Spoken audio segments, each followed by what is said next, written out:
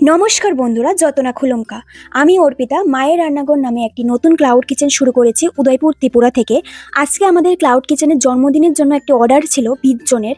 Fried rice, বুটের ডাল, কুমুরি এবং চিকেন কষা ও চাটনি পাঁপড়। অর্ডারেই আজকে রান্না চলছে। তোমাদেরকে দেখাবো কিভাবে আমরা আজকের অর্ডারের ফ্রাইড রাইসটা রান্না করেছি। এটা ফ্রাইড রাইস নয়, মিক্সড ভেজিটেবল ফ্রাইড রাইস। চলো, তোমরা প্রথমেই দেখে নিয়েছো পনিরগুলোকে সামান্য নুন দিয়ে ভেজে নামিয়ে নিয়েছি। তারপর কড়াইয়ের মধ্যে বে লিভস এবং রেড চিলি দিয়ে ফুরন দিয়ে তারপর এক এক করে সবগুলো সবজি দিয়ে দিলাম। এই সবজির মধ্যে ছিল বিনস, গাজর এবং ফুলকপি। এগুলো সামান্য আর একটু লবণ দিয়ে ভালো করে ভেজে নিচ্ছি। দেখতেই পাচ্ছ লবণ দিয়ে দিয়েছি। সামান্য হালকা ভাজা হওয়ার পর এটার মধ্যে আমরা দিয়ে দেব ঘরে তৈরি করা সিক্রেট মশলা দিয়ে দিলাম। তারপর দিয়ে দেব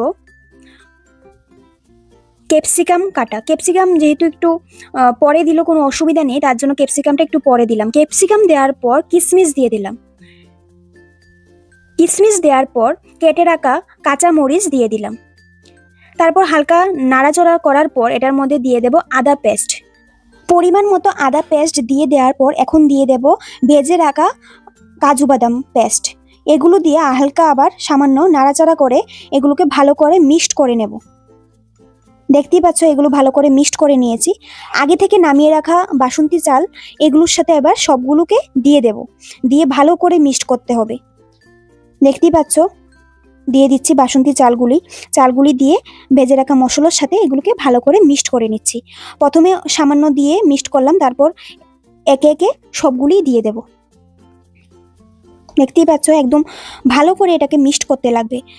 তারপর সবটাই ভাত দিয়ে দিলাম। সবটা ভাত দেওয়ার পর আবার ভালো করে মিক্সড করতে হবে।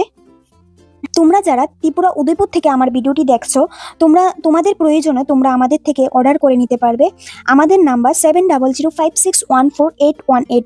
আমরা প্রতিদিনের জন্য এবং বিভিন্ন অনুষ্ঠানের জন্য 1 থেকে 1000 যত লোকই হোক না কেন সব। দেখতেই পাচ্ছ এগুলোকে ভালো করে মিক্সড করে নেওয়ার পর এখন পরিমাণ মতো ঘি দিয়ে দেব। 3 কেজি চালের মধ্যে আমরা প্রায় এখানে 250 খানি ঘি ইউজ করেছি। দেখতেই পাচ্ছ পরিমাণ মতো ঘি দিয়ে দিচ্ছি। ঘি দেওয়ার পর আবার সামান্য চিনি দিয়ে এবং গোলাপ জল এবং কেওড়া জল দিয়ে দিলাম।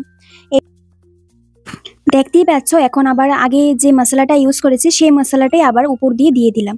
এই মশলাটা দেওয়ার পর আবার এগুলোর সাথে ভালো করে মিক্সড করে দেখতেই পাচ্ছ ঝরঝরে mixed vegetable fried rice ready. ভালো করে মিক্সড করে নিচ্ছি। তোমরা যারা উদয়পুর থেকে দেখছো তারা অবশ্যই আমাদের রান্নাঘরের সাথে যোগাযোগ করবে। আমরা একদম হাইজিন মেনটেন করে রান্নাবান্না করে থাকি। তোমরা সবাই